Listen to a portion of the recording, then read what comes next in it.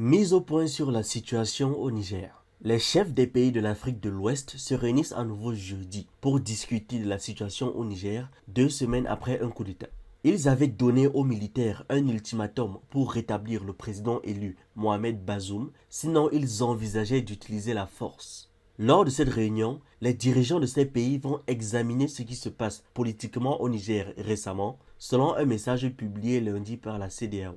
La réunion se tiendra à Abuja, capitale du Nigeria, et sera dirigée par Bola Tinubu, qui est actuellement le président en fonction de cette organisation régionale. Lors d'une réunion précédente à Abuja le 30 juillet, les dirigeants de l'Afrique de l'Ouest avaient donné une semaine aux militaires qui avaient pris le pouvoir à Niamey pour rétablir le président Mohamed Bazoum, sinon ils menaçaient d'intervenir militairement. Les hauts responsables militaires de la région avaient même esquissé les grandes lignes de cette éventuelle intervention, mais elle n'a pas eu lieu à la fin de l'ultimatum qui s'est terminé dimanche 6 août à 23h, heure GMT. D'après une personne bien informée au sein de la CEDEAO, il n'est pas prévu, pour l'instant du moins, d'intervenir militairement. La possibilité de résoudre la situation par le biais des discussions reste donc sur la table, et il se pourrait que les États-Unis, alliés du Niger, soient impliqués selon cette même source. De leur côté, les militaires au pouvoir ont invité la délégation de la CEDEAO à revenir. Les membres de cette délégation devraient probablement être à Niamey hier, donc lundi, ou aujourd'hui, mardi 8 août, d'après ce qu'a annoncé le Premier ministre nigérien. Pourtant, malgré son arrivée à Niamey jeudi soir pour trouver une solution à la crise, la délégation de la CEDEAO est repartie quelques heures plus tard, sans avoir eu l'occasion de rencontrer ni le général Abdourahmane Tchani, qui dirige les militaires au pouvoir, ni l'ancien président renversé, Mohamed Bazoum.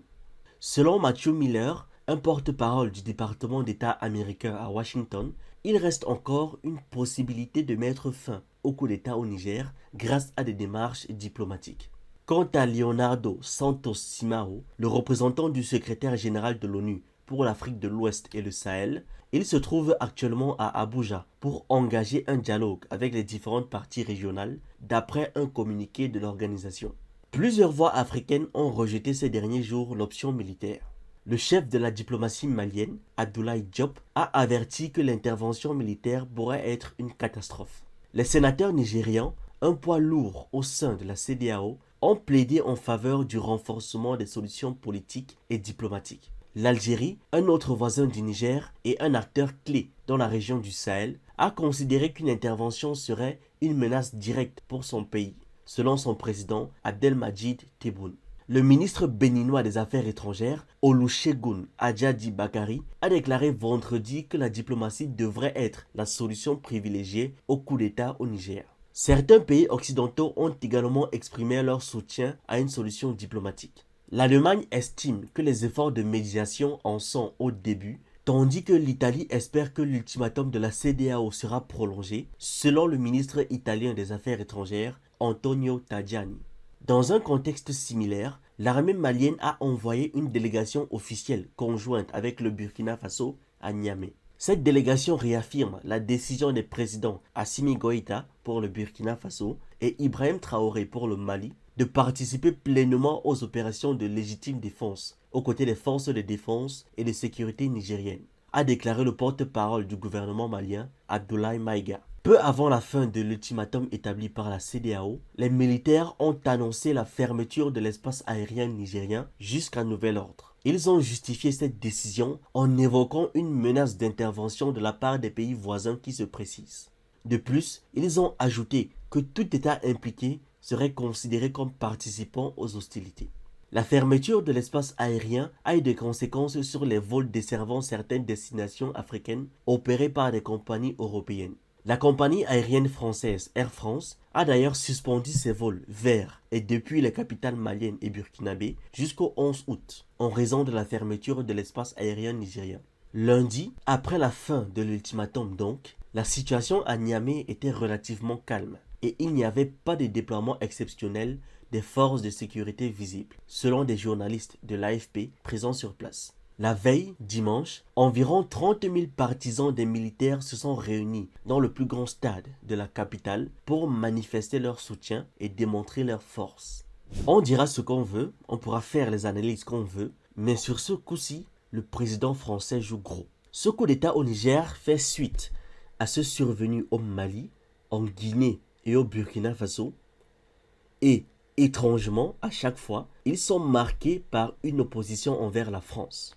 Malgré les intentions d'Emmanuel Macron de mettre fin à la France-Afrique et d'aider les dirigeants en place à lutter contre le terrorisme, ces initiatives n'ont pas abouti comme prévu. Je pense que tout le monde l'a remarqué. Dès 2017, après son élection, Emmanuel Macron s'était rendu au Mali pour soutenir la force Barkhane. Lors de son premier discours à l'étranger, prononcé sur la base militaire de Gao, il avait salué le courage des soldats et promis que la France ne partirait qu'une fois le terrorisme éradiqué. Pourtant, on sait tous ce qui s'est passé. Les troupes françaises ont dû quitter le Mali en février 2022 et le Burkina Faso au début de 2023.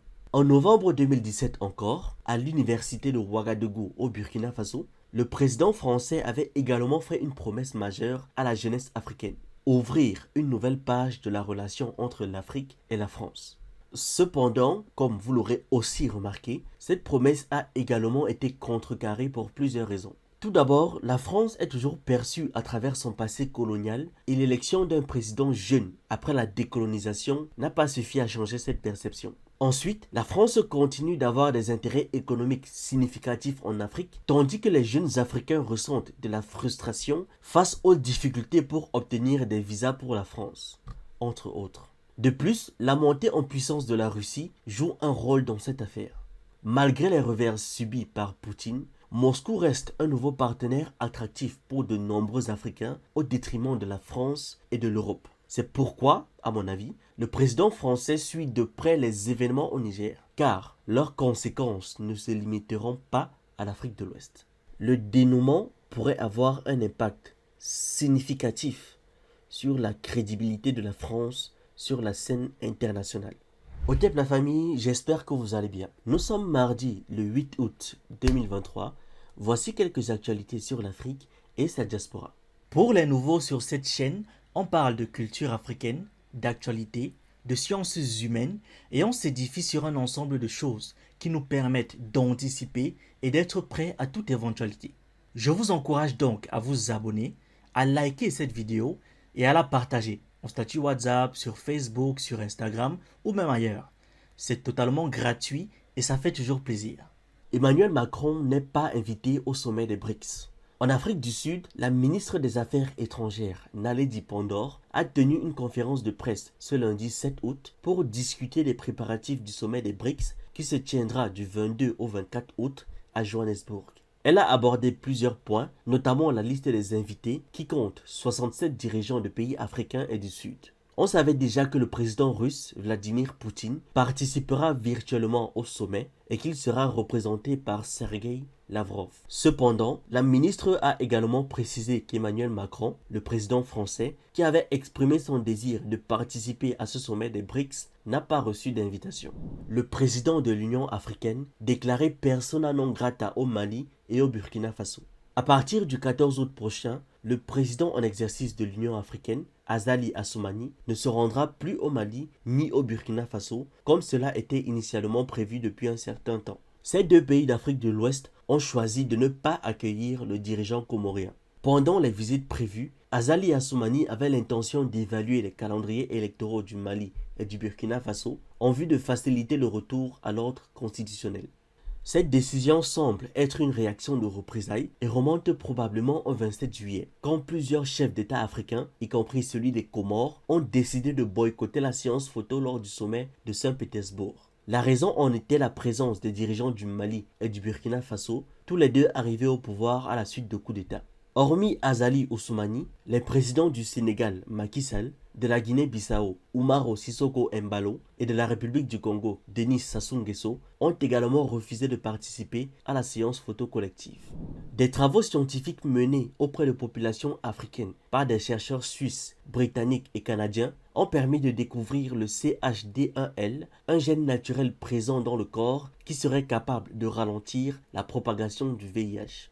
Ces travaux ont été réalisés auprès de 3879 personnes vivant avec le VIH, issus de populations provenant des différentes régions du continent africain. Au Burkina Faso, la France suspend son aide au développement.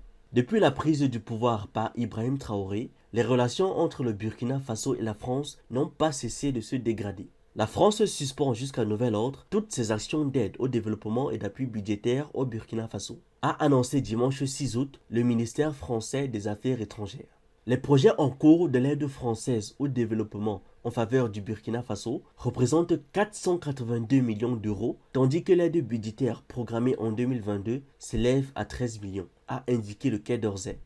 On espère très sincèrement qu'ils vont maintenant utiliser tout cet argent dans leur pays, que leurs citoyens n'aient plus l'occasion de nous traiter d'ingrats.